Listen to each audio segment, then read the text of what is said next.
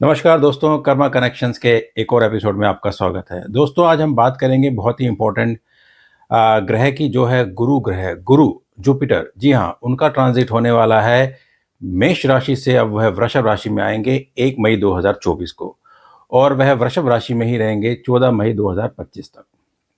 दोस्तों, गुरु ग्रह जो है वह बहुत ही महत्वपूर्ण, बहुत ही इम्पोर्टेंट ग्रह होते हैं। यह शुभता प्रदान करने वाले होते हैं, मान सम्मान देने वाले होते हैं, यश देने वाले होते हैं, अच्छे कामों को करवाने वाले होते हैं, घर में मंगल कार्य करवाने वाले होते हैं, जॉब, गृहस्थी, इन सबको एक्सपेंशन करने वाले होते हैं। एक विस्तारवादी वाले ग्रह होते हैं जो आपको एक्सपेंशन की ओर ले जाते हैं, जो कि ग्रोथ दिलाते हैं, जो कि पॉजिटिविटी और स्पिरिचुअलिटी को डेवलप करते हैं। दोस्तों, इन ग्रह इस गुरु ग्रह का 12 राशियों पे क्या प्रभाव पड़ेगा, आज हम इस वीडियो में बात करेंगे। गुरु ग्रह का सबसे इम्पोर्टेंट रोल होता है पॉजिटिविटी और शुभता प्रदान करना। यह जो जो गोचर है वह 12 राशियों पे कैसे प्रभाव पड़ेगा और उसके क्या रिजल्ट होंगे, यह व्यक्ति की महादशा, अंतर्दशा और ग्रहों की प्लेसमेंट के ऊपर भी डिपेंड करता है। तो यह जो वीडियो है एक सामान्य वीडियो है, एक जनरल वीडियो है, और एक हम जनरल प्रेडिक्शन करेंगे कि एक आपके लग्न के हिसाब से मेष राशि और लग्न एक ही उसके हिसाब से 12 राशियों का कैसे प्रभाव पड़ेगा।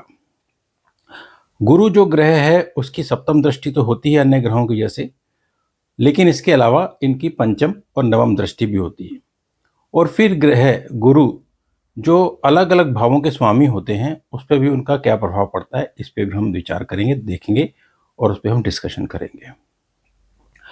सबसे इम्पोर्टेंट बात है कि यह 1 मई को परिवर्तन होगा, और गुरु के ग्रह के एक मेजर प्लैनेट है, जैसे शनि, राहु, केतु है मेजर प्लैनेट, वैसे गुरु का भी एक जो ट्रांजिशन है बहुत ही इम्पोर्टेंट माना जाता है। और इसके शुभ परिणाम कई लोगों को समय से पहले ही दिखने लग जाते हैं। जैसे 1 मई को परिवर्तन हो रहा है तो कई लोगों को इसके परिणाम थोड़ा सा पहले भी नज़र आने लग गए होंगे, नहीं तो आने लग जाएंगे। तो यह गुरु के एक इम्पोर्टेंट चीज़ होती है।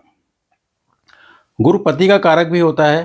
गुरु मान सम्मान, शिक्षा, न्याय और बहुत ही अच्छी तरह चलने वाला ग्रह और बहुत ही शुभ ग्रह होता है।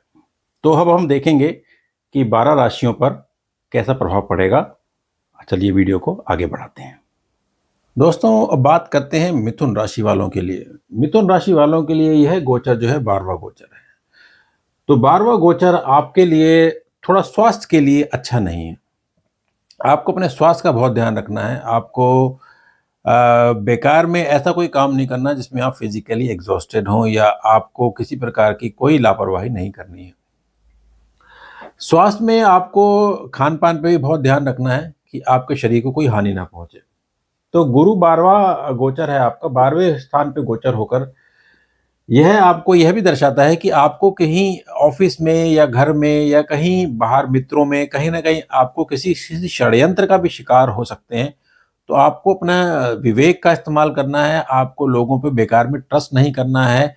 आपको अपना खुद सूझबूझ से काम लेना है और अपने निर्णय खुद लेने हैं। और अगर सलाह लेनी है तो किसी ऐसे व्यक्ति से सलाह लें जो आपका शुभचिंतक हो, आपका हितैषी हो। यहीं कहीं ऐरे गहरे व्यक्ति से आप सलाह ना लें जो आपका मन ही मन तो अहित चाहता हो और ऊपर से बहुत ही अच्छा बनता हो। तो उससे ऐसे लोगों से आप बच के रहें।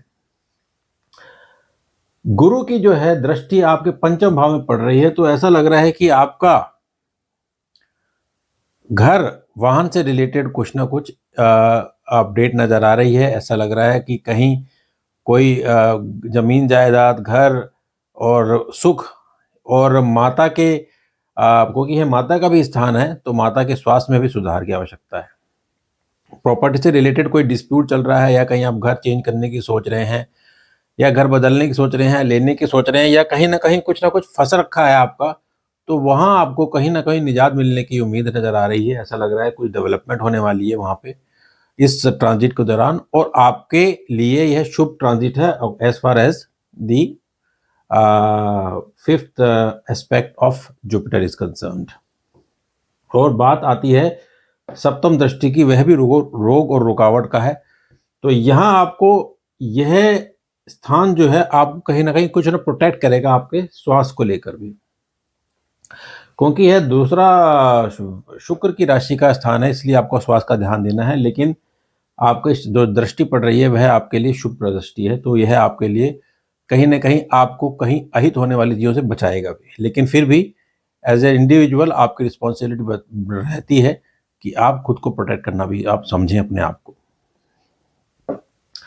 नवम दृष्टि आती है आपके अष्टम स्थान में। तो अष्टम स्थान यह है दोस्तों कि जो लोग अगर सोच रहे हैं कहीं विदेश में सेटल होने की, या कहीं विदेश में जाने की, या ऐसी कोई कुछ विद्या सीखने की, या कहीं ना कहीं कोई हायर स्टडीज़ के लिए जाने की, तो वह काम हो सकता है। कुछ लोगों के लिए अगर कोई आईवीएफ जैसी स्थिति भी आ रही है कई फैमिलीज़ के लिए, कई हस्बैंड वाइफ के लिए, तो ऐसा लग रहा है कि कोई ना कोई कहीं आईवीएफ के लिए भी आप जा सकते हैं। कोई ऐसी कुछ नज़र आ रही है, ऐसी डेवलपमेंट वहाँ पर भी, क्योंकि गुरु जो है मिथुन राशि के लिए दशम और सप्तम भाव का भी स्वामी है। तो कहीं आपके लिए पारिवारिक स्थिति में आपके हस्बैंड वाइफ रिलेशनशिप अच्छे रहेंगे। जॉब के लिए भी आपको कहीं ना कहीं प्रमोशन और कोई ट्रांसफ़र भी संभव नज़र आ रहा है, क्योंकि राहु भी दशम स्थान में आपके यहाँ बैठा हुआ है। तो जॉब की दृष्टि से कोई परिवर्तन नज़र आ रहा है मुझे। अगर ऐसा आपके साथ है या हो सकता है तो आप कमेंट बॉक्स में ज़रूर बताइएगा। तो यह था मिथुन राशि वालों के लिए गुरु के गोचर का प्रेडिक्शन। आपको दोस्तों अच्छा लग रहा है वीडियो तो आप प्लीज़ इसको लाइक कीजिए, शेयर कीजिए और सब्सक्राइब कीजिए।